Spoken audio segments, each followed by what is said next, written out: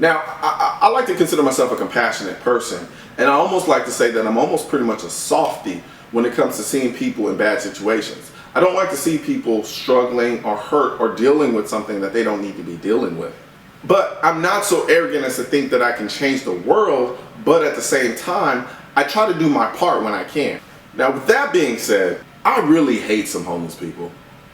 Not because they're homeless, but because they make my job as a concealed carrier so much more harder. Because I almost always shoot them. Someone needs to come out with a pamphlet or some type of manual that teaches people how to solicit money in the streets without potentially getting shot. Nowadays, it's pretty much gone past the point of being ridiculous. It's pretty much a free-for-all. People feel like they can ask you for money anywhere, anyhow, any place, at any time with no regard for you whatsoever. They simply don't care. Where's panhandling for dummies when you need one? I was walking to my car and it was about 1 o'clock in the morning, and I can hear from the background somebody actually say this to me. "Excuse me, sir, but I'm not trying to rob you, but can I borrow some money to get something to eat?" And before I could even process what the guy had just told me, I turn around and he's right on me. At this point, the only thing I even heard, honestly, was rob. It's 1 a.m. in the morning and you think it's a good idea to let the words rob come out of your mouth as you approach me for money? Suffice it to say, he learned in a heartbeat that his approach wasn't exactly advantageous to his living situation. There are also those guys who think walking up to your car at 12 a.m. while you're at a stoplight with a squeegee in his hand is a good idea. Or how about the guy who walked around the backside of my car and tried to approach me from the driver's side window and realized really quickly how bad of an idea that was, considering I saw him in my rearview mirror and almost introduced him to my Glock 19.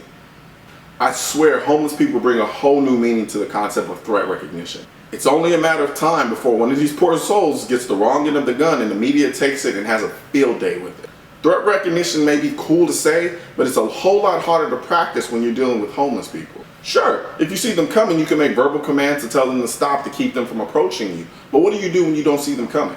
Or better yet, you do see them coming, but they're so high or drunk that it takes a couple seconds for it to even register that you don't want them walking up to you. But now you have to deal with considering whether or not you're considered brandishing your firearm because the homeless person isn't so much a threat enough for you to pull your firearm. Some homeless people you can spot coming a mile away, but then there are some people that are not as easily recognizable. I've heard many accounts of setups that prey on people's desire to help and inevitably end up getting them robbed. Me personally, I take a zero tolerance stance with dealing with homeless people at night and to a certain degree during the day as well.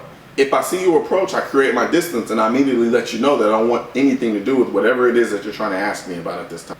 And I keep it moving.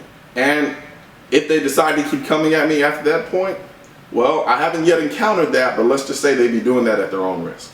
Now, to a certain degree, I do really honestly feel bad about my zero tolerance stance because there are some people out there who really do need help.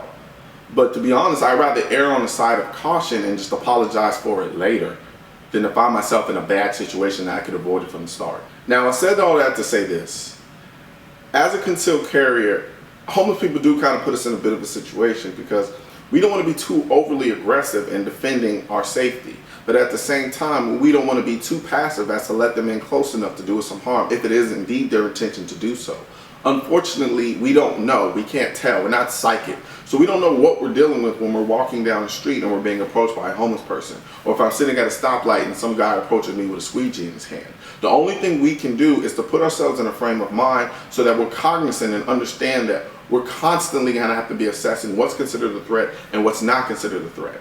Now, I'm not saying to the degree that it consumes our day and consumes our thought process throughout the day, but at least to be cognizant and aware that we have a duty on our hands as concealed carriers to make right decisions in split-second moments. And it's a lot easier said than done.